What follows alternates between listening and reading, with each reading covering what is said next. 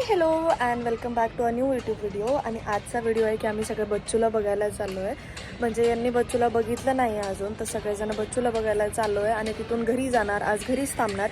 आणि या सगळ्यांचं ते म्हणतात ना फरमाईश आहे की त्यांना चुलीवरची भाकरी आणि भाजी खायची आहे, नॉनव्हेज खायची. आणि आज तसा पण रविवार आहे, तर ऑफकोर्स रविवार म्हणजे आपल्या मनाचा वार असतो, आपण काहीही करू शकतो आपल्या मनासारखं.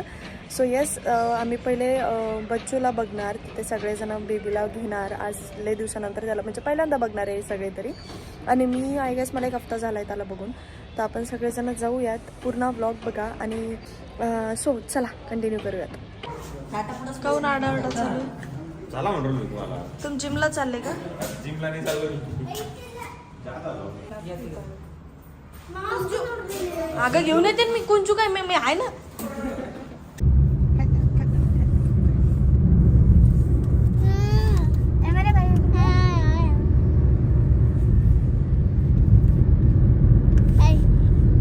डोळे सुद्धा घरी नाही कमी जास्त कोट.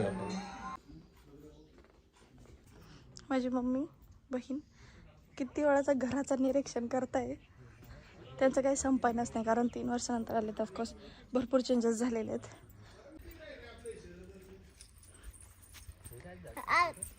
कोणा काढ घ्या हे काय दिले किंग नाही कुंजुरा शौक सायचो क्यों आलेंगेल शू आहे बेबी. पावसाळ्यात काढून घ्यायचं, दुसरीकडे लावायचं. त्याला जवळ जवळ झाले म्हणते मम्मी. येणार नाही. हा हाव नको केस ओढून ते असेच भांडणं करता मम्मी. नका साई. हा नाही राहिला, पण आता ते माणूस झाला ना, आता 22 वर्ष झाला ना तो. पुरी रांगोळ काढाशी पुरायला अदांगने उडलेली इट्ट कुडक ಅದೋ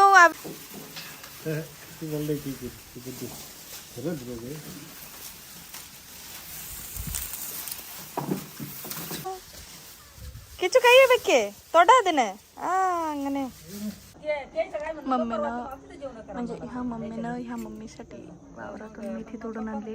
तर मम्मी खोडतीये, शिशे कुठे घेतीये ना, तिथे मस्त चिकन शिजताय कावरा.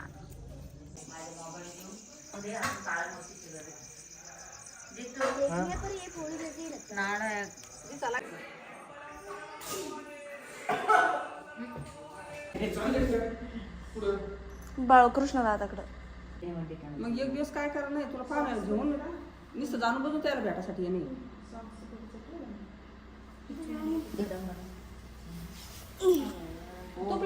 आळी कोंबडी चटापट्याची टुटू माझ्या या कराट्याची या कराट्याची.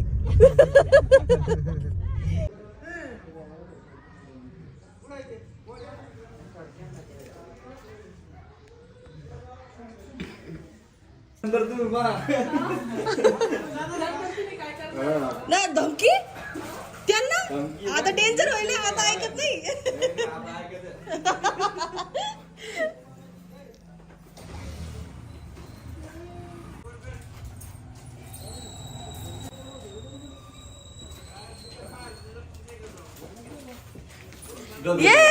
मला भेटली.